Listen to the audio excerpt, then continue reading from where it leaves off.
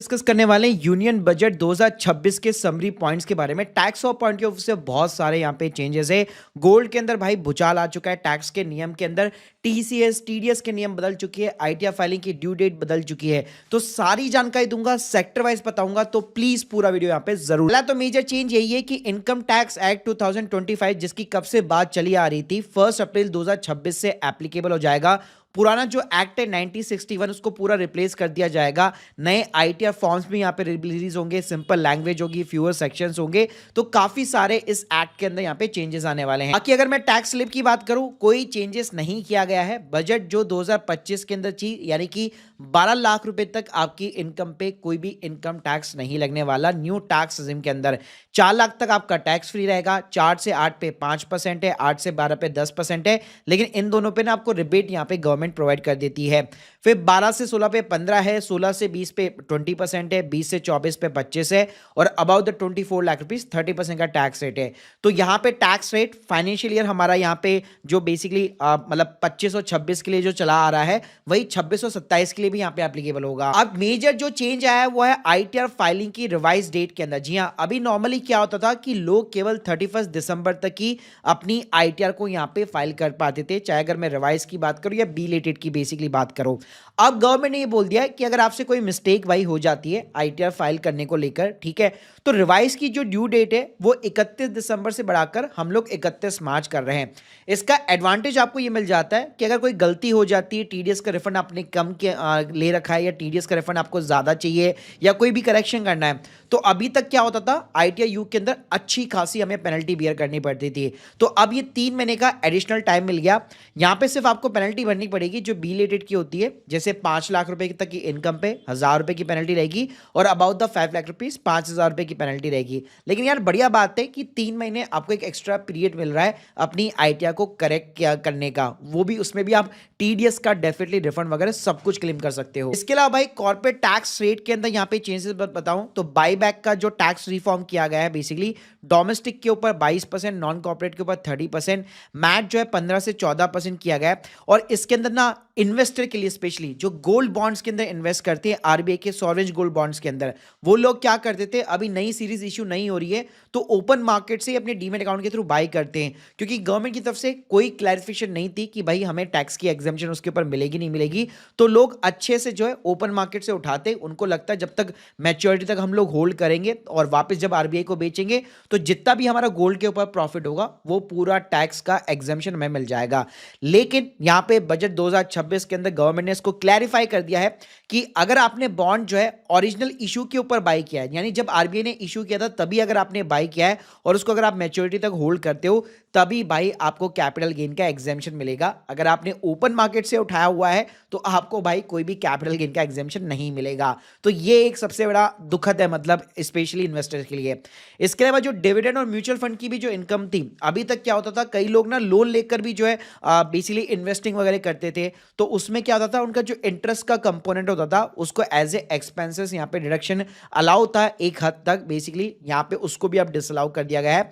और भाई जो लोग एफएनओ ट्रेडिंग करते हैं फ्यूचर एंड ऑप्शन के अंदर, एसटीटी डिक्रीज होने की जगह इंक्रीज कर दिया गया है ताकि ज्यादा लोग इसके अंदर इन्वॉल्व ना हो, क्योंकि 99% ट्रेडर हमेशा लॉस में रहते हैं।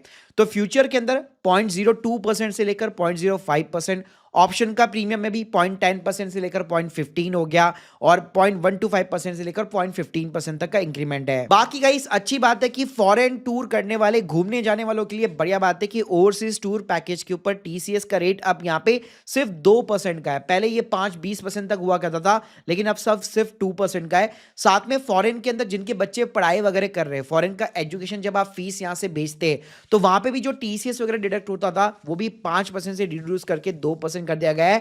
तो ये स्टूडेंट को भाई बहुत बड़ा एक एडवांटेज मिलने वाला है। साथ में फैमिली जो मेडिकल बिल्स यहाँ पे करती है ओवरसीज दूसरी कंट्रीज के अंदर, उनको भी बेनिफिट मिलेगा। इसके अलावा भाई आईटीआर की ड्यू डेट के ऊपर एक बड़ा अपडेट आया है, यानी रिवाइज को तो आप 31 मार्च तक फाइल कर सकते हो अब, लेकिन इसके साथ में जो ओरिजिनल आईटीआर की ड्यू डेट होती है तो नॉर्मली अगर आप एक सैलरी पर्सन है, एक पेंशनर वगैरह है, कैपिटल गेन की इनकम है, तो ITR 1 एंड ITR 2 आपके ऊपर एप्लीकेबल होता है। तो उसके लिए तो ड्यू डेट जो है वो सेम ही है, 31 जुलाई। लेकिन मान लीजिए अगर आप एक FNO ट्रेडर है या आप एक बिजनेस करते हैं, बुक्स ऑफ अकाउंट्स मेंटेन करते हैं, ITR 3 यहाँ पे फाइल करते हैं, ITR 4 फाइल करते हैं, नॉन ऑडिट का केस है, बिजनेस है, ट्रस्ट है, तो उस केस में उनके लिए ड्यू डेट जो है अब 31 अगस्त तक कर दी गई है। तो ये एक बड़ा एडवांटेज है।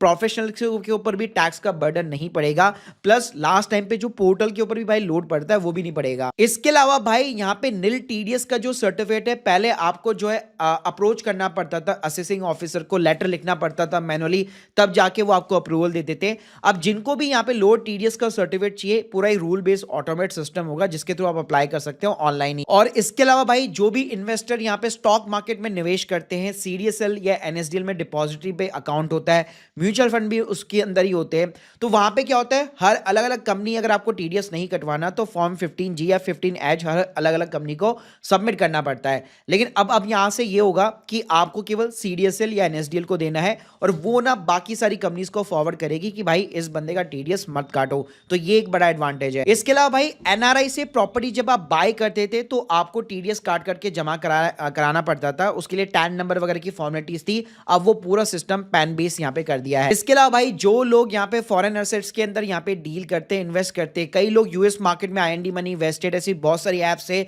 छोटे छोटे मतलब जो इन्वेस्टर्स है, रिटेल इन्वेस्टर, स्टूडेंट है, वो भी आजकल इन्वेस्ट वगैरह कर रहे हैं बाहर की कंट्रीज के अंदर, लेकिन वो अपनी ITR के अंदर डिस्क्लोज नहीं करते हैं। तो इसको ना दो कैटेगरी के अंदर डिवाइड किया गया है। वन टाइम अपॉर्चुनिटी यहाँ पे प्रोवाइड की गई है गवर्नमेंट के थ्रू। एक तो जिन्होंने इनकम और असेट्स दोनों डिक्लेयर नहीं की up to the 1 crore rupees, तो उनके लिए 30% टैक्स पेबल होगा on the fair market value of the undisclose income, और 30% एक एडिशनल टैक्स देना पड़ेगा इंस्टेड ऑफ द पेनल्टी। बाकी आपको प्रोसिक्यूशन से एक इम्यूनिटी मिल सकती है इसके अंदर।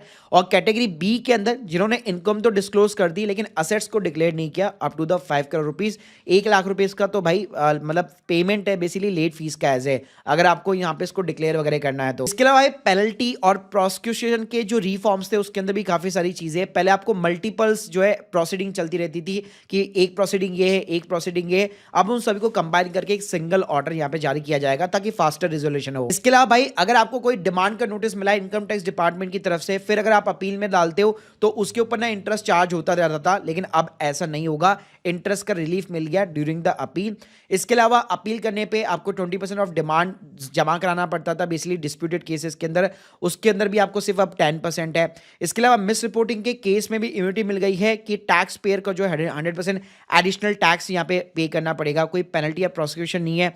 साथ में यहाँ पे ऑडिट का अगर आप डिले करते, ट्रांसफर प्राइसिंग का रिपोर्ट का डिले करते, तो वहां पे भी डेली फीस की एक मैक्सिमम कैपिंग लिमिट लगाई गई है। और जहां पे भी भाई जेल के जो सीरियस ऑफेंस थे उसके प्रावधान में भी जो है जेल को घटा दिया गया है, रिड्यूस टू 2 इयर्स कर दिया गया है। इसके अलावा भाई ग्लोबल इन्वेस्टमेंट वालों के लिए बढ़िया बात है, जो बाहर की कंपनीज है, अगर बाहर की जो फॉरेन क्लाउड कंपनीज है वो इंडिया के डेटा सेंटर को यूज करके सर्विसेज यहाँ पे दे रही है, तो उनके लिए टैक्स हॉलीडे है टिल 2047 तक यहाँ पे, फिर चाहे वो रिलेटेड पार्टी के थ्रू दे रही हो। इसके अलावा ग्लोबल एक्सपोर्ट के अंदर भी जो NRIs है वो जो इंडिया के अंदर वर्क कर रहे, उनकी फॉरेन इनकम भी 5 साल तक टैक्स फ्री कर दी गई है, प्लस मैट का एग्जेम्पशन भी NRIs को प्रोवाइड किया गया है। इसके अलावा इनडायरेक्ट टैक्स के अंदर पर्सनल जो इंपोर्ट्स होते थे उस पर ड्यूटी 20 से 10% रिड्यूस कर दी गई है। 17 से ज्यादा कैंसर ड्रग्स को फुल्ली ड्यूटी फ्री कर दिया गया है और 7 एडिशनल रेयर डिजीज को भी एडेड किया गया है। बाकी इस मैन्युफैक्चरिंग और एनर्जी में बात करो तो लिथियम बैटरीज पे ड्यूटी एग्जेम्पशन है, न्यूक्लियर पावर गुड्स पे भी 2035 तक यहाँ पे एग्जेम्पशन रहेगी, और क्रिटिकल जो मिनरल प्रोसेसिंग इक्विपमेंट होते हैं उसके ऊपर भी ड्यूटी फ्री रहेगी। बाकी अगर एक्सपोर्ट की बात करो तो ड्यूटी फ्री इनपुट लिमिट्स जो इंक्रीज कर दी गई है मरीन, लेदर, टेक्सटाइल एक्सपोर्टर्स के लिए, और कैपिंग